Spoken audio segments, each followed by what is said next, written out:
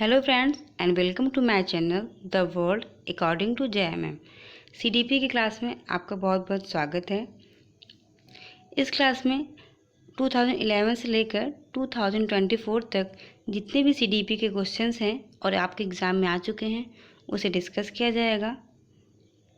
और अगर आपने सिलेबस को कवर नहीं भी किया है तो आप प्रीवियस ईयर क्वेश्चंस के लिए हमारे वीडियोस को देखते रहेंगे तो भी आपका 75% सिलेबस कवर हो जाएगा ईज़िली। ओके, तो डेली के इस वीडियो को देखना बिल्कुल भी ना भूलें। और चलिए क्लास को स्टार्ट करते हैं। और क्लास अच्छा लगेगा तो अपने दोस्तों के साथ शेयर ज़रूर कीजिएगा। Let's start.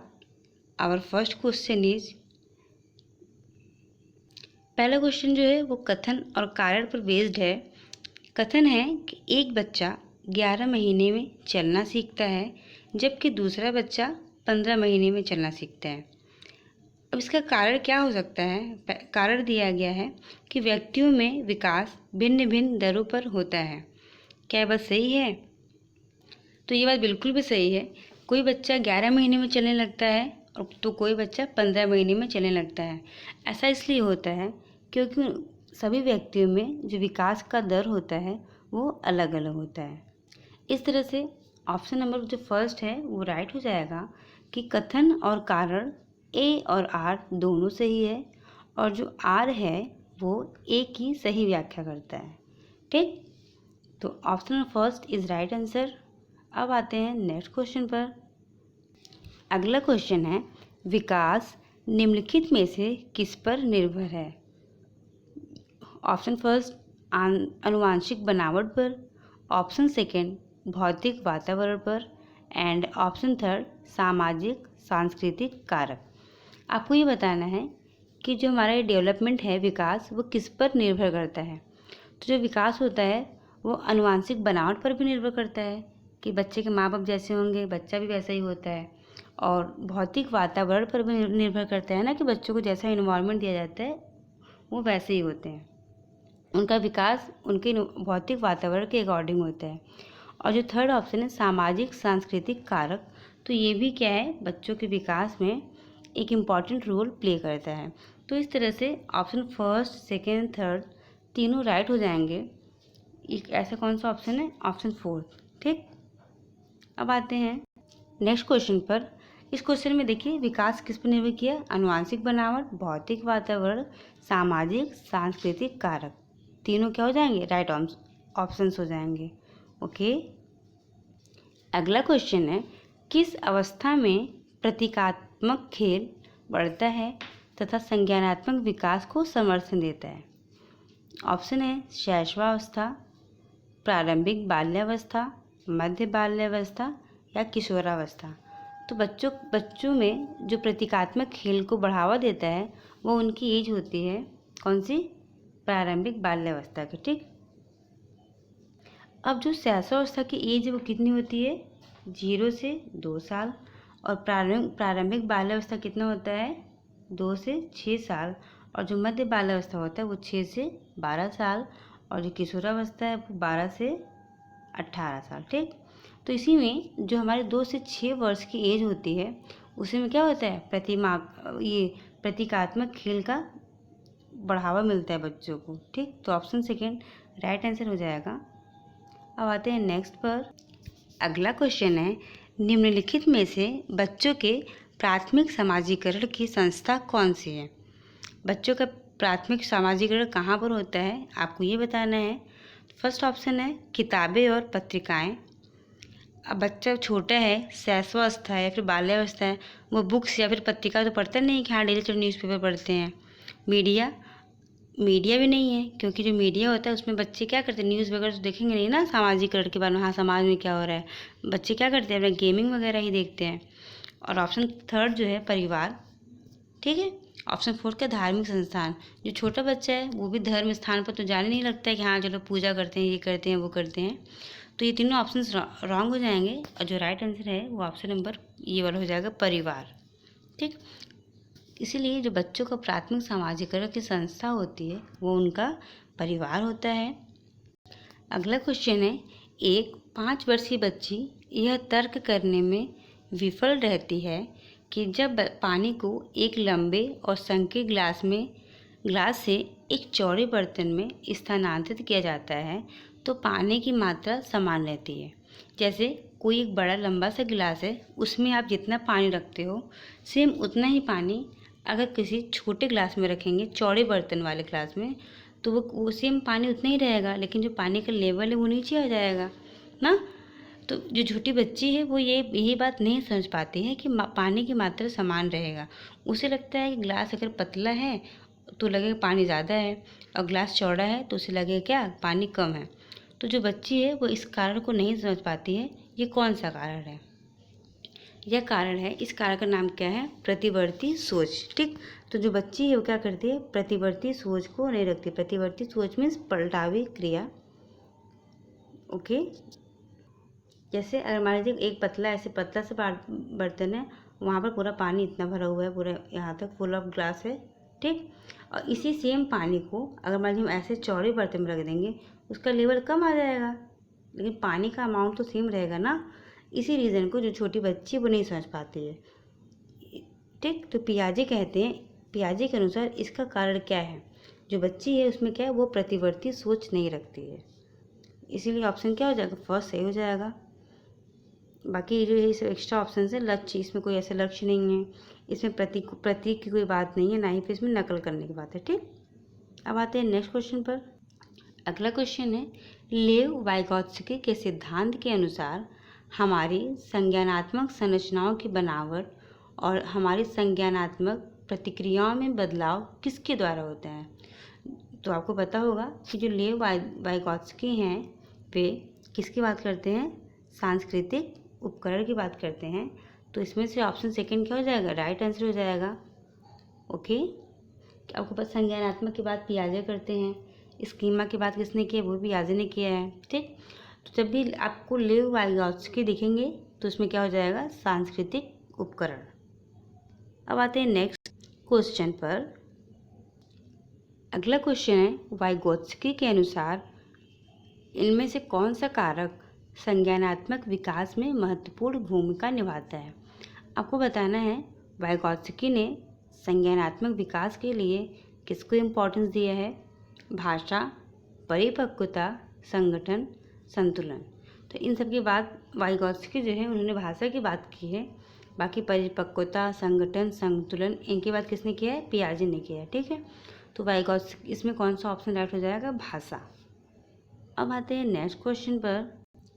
अगला क्वेश्चन है, समूहों में चर्चा करना और सकारात्मक शिक्षण छात्र संबंध किस कक्षा कक्ष की विशेषता है? तो राइट आंसर हो जाएगा प्रगतिशील कक्षा कक्ष। ठीक, क्योंकि ये जो प्रगतिशील कक्षा होता है वह बाल केंद्रित होता है। ठीक है, अब आते हैं नेक्स्ट क्वेश्चन पर। क्योंकि शिक्षक केंद्रित कक्षा कक्ष को हम क्या करते हैं? इम्पोर्टेंस नहीं देना है, हमेशा हमें किस ओर जाना है? बाल केंद्रित शिक्षा की ओर। ठीक है, और पाठ्यपुस्तक केंद्रित भी नहीं होना चाहिए। और आपके पास दो ऑप्शन बचता है, व्यवहारवादी कक्षा कक्ष और प्रगतिशील।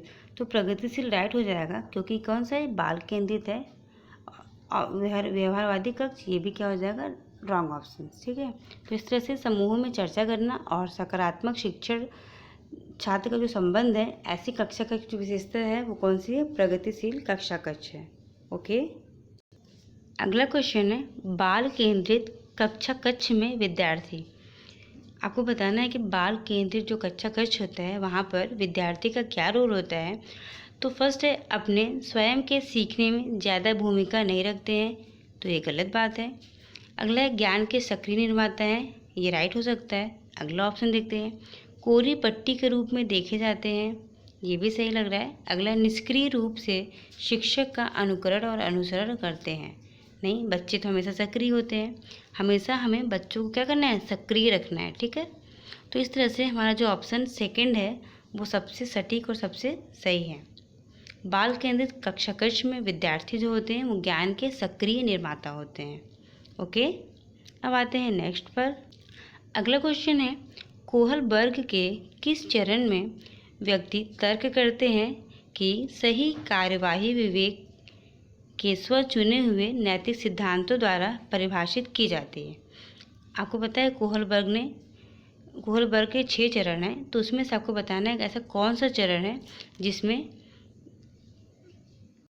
व्यक्ति कार्यवाही विवेक के स्व चुने हुए नैतिक सिद्धांत को परिभाषित करता है। तो ऑप्शन फर्स्ट है लड़की लड़का, अच्छी लड़की लड़का अभिविन्यास, नहीं, इसमें कुछ ऐसा नहीं है ऑप्शन कार्यवाही को लेकर के। सामाजिक अनुबंध, ये भी नहीं है। सामाजिक व्यवस्था को बनाने का अभिविन्यास, ये भी नहीं है। और सार्वभौमिक नैतिक सिद्धांत अभिविन्यास। ठीक, यहाँ पर क्या है, यहाँ पर बात नैतिकता किया जाती है। ठीक, तो इस तरह से जो हमारा ऑप्शन 4 है वो क्या हो जाएगा, राइट हो जाएगा। अब आते हैं नेक्स्ट क्वेश्चन पर। अगला क्वेश्चन है, हार्वर्ड गार्डनर के अनुसार वह व्यक्ति जिनमें दूसरों की मंशा, भावनाओं और व्यवहारों को समझने और उनके साथ संबंध बनाने की क्षमता होती है, उनमें कौन सी बुद्धि होती है। ऑप्शन फर्स्ट प्रकृतिवादी, तो इसमें कुछ नेचर का तो है नहीं, प्रकृतिवादी नहीं होगा। सेकेंड ऑप्शन अंतर्व्यक्तित्व, हाँ। थर्ड इज अंतराव्यक्तित्व और स्थानिक, नहीं। हावर्ड गार्डनर ने अंतर्व्यक्ति की डेफिनेशन दी है कि वह व्यक्ति जिनमें दूसरों की भावना, मंशा या फिर व्यवहार को समझने और उनके साथ संबंध बनाने की क्षमता होती है, तो उनमें कैसी बुद्धि होती है, अंतर्वैयक्तिक बुद्धि होती है। तो इस तरह से सेकेंड ऑप्शन राइट हो जाएगा। अब आते हैं नेक्स्ट क्वेश्चन पर। अगला क्वेश्चन है, जब बच्चे स्कूल में प्रवेश करते हैं तो फर्स्ट है उन्हें अपनी मातृभाषा में बोलने की अनुमति दी जानी चाहिए क्योंकि अभिव्यक्ति महत्वपूर्ण है, सही बात है। सेकंड देखते हैं, स्कूल की भाषा में न बोलने पर जुर्माना लगाना चाहिए, हमें बच्चों पर कोई भी जुर्माना नहीं लगाना है, तो ये गलत हो जाएगा। थर्ड है उन्हें स्पष्ट रूप से बताया जाना चाहिए कि स्कूल की एक अलग भाषा है, स्कूल की एक अलग भाषा है और उन्हें अपनी मातृभाषा में बिल्कुल भी नहीं बोलना चाहिए, तो ये भी गलत है। बच्चों को हमें रोकना टोकना नहीं है, हम बल्कि उनकी अभिव्यक्ति को समझना है। ठीक है, उन्हें अपनी बात को स्पष्ट रूप से बताने की पूरी छूट देनी चाहिए, भले ही वो मातृभाषा में क्यों ना बोले। तो इसलिए हमारा थर्ड ऑप्शन भी गलत हो जाएगा। फोर्थ ऑप्शन क्या है, उनके माता पिता को घर पर भी स्कूल की भाषा का प्रयोग करने के लिए कहा जाना चाहिए, बच्चों को कोई भी प्रेशर नहीं डालना है बच्चों, इसीलिए ऑप्शन फर्स्ट जो है वो उन्हें अपनी मातृभाषा में बोलने की अनुमति दी जानी चाहिए क्योंकि अभिव्यक्ति महत्वपूर्ण है। Option first is the best option. अब आते हैं नेक्स्ट क्वेश्चन पर। अगला क्वेश्चन है, लड़कों को उपहार में खेलने के लिए अक्सर कार, यांत्रिक ब्लॉक और लड़कियों को गुड़िया व चित्रकारी के संसाधन दिए जाते हैं, यह अनुपयुक्त प्रथा क्या दर्शाती है। आपको ये बताना है कि जब भी कभी लड़के को हम बॉयज़ को गिफ्ट करते हैं तो कार देंगे या फिर कोई मैकेनिकल ऑप्शंस देंगे ना, जैसे कार है, ट्रैक्टर है, ये सब चीज़ें देते हैं खेलने वाला, बंदूक दे देते हैं। लेकिन जब हम लड़कियों की बात करते हैं तो उन्हें गुड़िया देंगे, ये सारी चीज़ें देते हैं। तो ऐसा ही जो हम लोग ऐसी प्रथा को निभाते चले आ रहे हैं तो वो किसको शो करता है। ऑप्शन फर्स्ट है जेंडर स्थिरता, ऑप्शन सेकेंड है जेंडर समता, नहीं, अगर जेंडर समता होता तो हम ऐसी पार्शियलिटी रखते ही नहीं। ठीक है, थर्ड ऑप्शन है जेंडर पक्षपात, तो ये क्या है, जेंडर पक्षपात को दर्शाता है कि लड़कियों को कुछ और देना है, लड़के को कुछ और देना है। तो इस तरह से ये जो ऑप्शन है थर्ड वो राइट हो जाएगा, जेंडर पक्षपात। और लास्ट जो है जेंडर सशक्तिकरण, ये भी गलत ऑप्शन है। अब आते हैं नेक्स्ट क्वेश्चन पर। अगला क्वेश्चन है, एक शिक्षिका को बच्चों के अपने आप से बात करने की क्या प्रतिक्रिया देनी चाहिए। कोई बच्चा है, अगर वो खुद से, जैसे होता है ना बच्चे कुछ अकेले में बैठ के कुछ भी बोलते रहते हैं, तो वैसे ही कोई मान लीजिए बच्चा अपने आप से बात कर रहा है तो उसको देख करके जो कोई मैम है, टीचर हैं, वो क्या रिएक्शन करेंगी। फर्स्ट है उसे हतोत्साहित करना चाहिए क्योंकि वो आत्म केंद्रीयता को बढ़ावा देता है, नहीं, हमें बच्चों को हतोत्साहित नहीं करना है। उसे इसमें भी क्या है, उसे हतोत्साहित करना चाहिए, तो ये भी ऑप्शन गलत हो जाएगा। थर्ड है उसे प्रोत्साहित करना चाहिए क्योंकि इसमें स्वनियमन सुसाधित होता है। हाँ, तो बच्चे को हमेशा हमें क्या करना है, प्रोत्साहित करना है, हतोत्साहित नहीं करना है। और फोर्थ ऑप्शन है कि हमें उसे प्रोत्साहित करना चाहिए क्योंकि इससे शिक्षक की जिम्मेदारी खत्म हो जाती है। तो हमें अपनी जिम्मेदारी को ख़त्म नहीं करना है, ठीक है, हमें अपनी जिम्मेदारी को बहुत ही अच्छे से प्ले करना है। इसीलिए ऑप्शन थर्ड जो है वो राइट हो जाएगा कि बच्चे को प्रोत्साहित करना चाहिए। इसका रीज़न ये है क्योंकि वो क्या करेगा, स्वनियमन सुसाधित होता है, ठीक, वो अपना क्या खुद से नियम बनाएगा, उसे खुद से फॉलो करेगा। Third option is right answer. अगला क्वेश्चन है, निम्नलिखित में से कौन सा कथन कक्षा में सवाल पूछने के संदर्भ में सही नहीं है। बच्चे का सवाल क्लास में पूछते हैं तो इसके लिए कौन सा ऑप्शन रॉन्ग है। फर्स्ट है, विद्यार्थियों से प्रश्न के उत्तर पूछने का मुख्य उद्देश्य उनका परीक्षण करना होता है। ये तो सही बात है कि हम बच्चों से क्वेश्चन क्यों करते हैं, जिससे मुझे ये पता चल सके कि उनका लेवल कहाँ तक है, ठीक है। फर्स्ट सही हो जाएगा, हम उनको टेस्ट करते हैं। सेकंड है, विश्लेषणात्मक प्रश्न पूछने से विद्यार्थियों को समालोचन चिंतन में मदद मिलती है। रॉन्ग ऑप्शन, विद्यार्थियों को कक्षा में प्रश्न पूछने के लिए प्रोत्साहित करना चाहिए। हाँ, ये भी सही बात है। अगला है, वह प्रश्न जो विवेचन और अनुप्रयोग पर आधारित होते हैं उच्चतर श्रेणी के चिंतन कौशल को बढ़ावा देते हैं। तो ये भी बात सही है, ठीक। फोर्थ भी सही है, सेकंड भी सही है। हमें बताना ये है कि इसमें से कौन सा ऑप्शन रॉन्ग है। ओके, मीन्स पूछा गया है कि निम्नलिखित में से कौन सा कथन कक्षा में सवाल पूछने के लिए सही नहीं है। तो इसमें सही नहीं यही है, नहीं है कि विद्यार्थियों से प्रश्नों के उत्तर पूछने का मुख्य उद्देश्य उनका परीक्षा करना है। तो हमें क्लास में जाते ही बच्चों का टेस्ट थोड़ी लेना है। इसीलिए जो ऑप्शन फर्स्ट है, हमें यही काम नहीं करना है। ओके, यही काम नहीं करना है और बाकी हम सब काम कर सकते हैं क्लास में। तो ऑप्शन फर्स्ट इज करेक्ट हो जाएगा। ओके, अगला क्वेश्चन है, समावेशी शिक्षा के लिए निम्न में से कौन सा सहायक है। फर्स्ट है, विद्यार्थियों के बीच प्रतिस्पर्धा की भावना नहीं, कंपटीशन नहीं करना, लचीला पाठ्यक्रम और अनियमित स्कूल कैलेंडर। लचीला पाठ्यक्रम तो ठीक है लेकिन ये नहीं सही है। थर्ड है, विद्यार्थियों की आवश्यकता के अनुसार उचित आवास। तो हाँ, ये हेल्पफुल हो सकता है। और फोर्थ क्या है, सख्त, तो हमें कोई भी काम स्ट्रिक्टली नहीं करना है। ऑप्शन थर्ड राइट आंसर हो जाएगा। नेक्स्ट क्वेश्चन है, निम्नलिखित में से कौन किसी व्यक्ति के हाथ से आँखों के तालमेल, संतुलन और शारीरिक निपुणता की क्षमता को प्रभावित करता है। ऑप्शन है, गुणज विकार या फिर पठन विकार। तो पढ़ने से और आँखों को तालमेल से ऐसा कोई संबंध नहीं है। भाषा, इसमें भाषा की कोई बात नहीं हो रही। हाँ, गति सामान्य विकार। तो इसमें जो फोर्थ ऑप्शन है वो राइट हो जाएगा। ओके, अब आते हैं नेक्स्ट क्वेश्चन पर।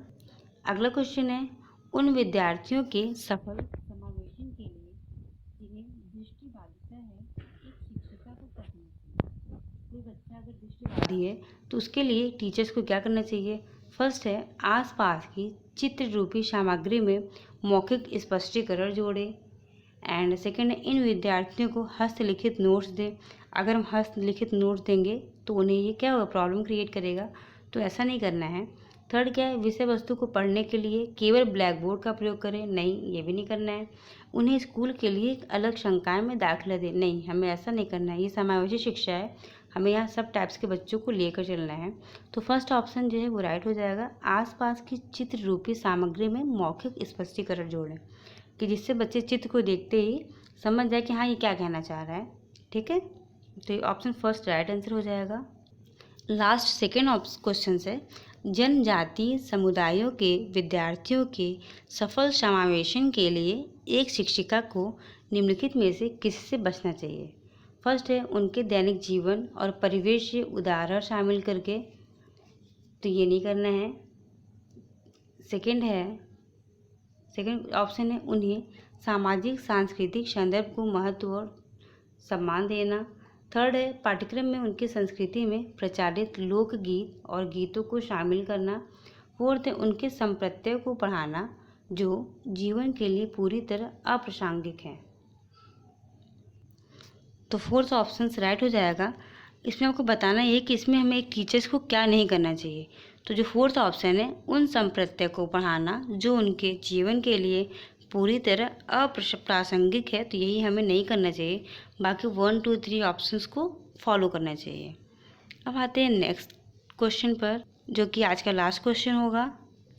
क्वेश्चन है, निम्नलिखित में से कौन सा विकल्प दी गई दिव्यांगता और संबंधित विद्यार्थियों के समावेशन हेतु यथाचित संयोजन रणनीति का सही युग्म है। यहाँ पर देखिए 2 इस तरह से पेयर्स दिए गए हैं, आपको बताना है कि कौन सा पेयर इसमें सही है। फर्स्ट है ध्यान न्यूनता अति क्रियाशीलता विकार। ये कि क्यों, इसको दूर करने के लिए क्या करना चाहिए? लंबी अवधि का फिल्म दिखाना चाहिए? बिल्कुल नहीं। अगला है स्वलीनता, जितना हो सके एक ही समय सारणी दिनचर्या को फॉलो करना चाहिए। हाँ, इससे स्वलीनता हो सकता है। थर्ड है पठन वैकल्प, मीन्स जो बच्चा अगर उसमें क्या पठन विकार है तो जटिल गणना पर आधारित प्रश्न देना चाहिए?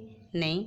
फोर्थ है वाक बाधिता, जो बच्चा बोल नहीं पा रहा है उसके लिए उसके मूल्यांकन के लिए केवल मौखिक रूप स्वीकार करना चाहिए, तो ये भी गलत है। अब तो बच्चा बोल ही नहीं पा रहा है तो वो कहाँ से मौखिक रूप से कुछ आपको एग्जाम्स वगैरह दे पाएगा, बोल पाएगा? नहीं। तो उसका मूल्यांकन के लिए हमें केवल मौखिक रूप का प्रयोग नहीं करना चाहिए। इस तरह से सेकंड ऑप्शन जो है वो राइट आंसर हो जाएगा। Thank you for watching. Don't forget to subscribe my channel. Video को अच्छा लगा होगा अपने दोस्तों के साथ शेयर जरूर कीजिएगा। Thank you. मिलते हैं नेक्स्ट वीडियो में।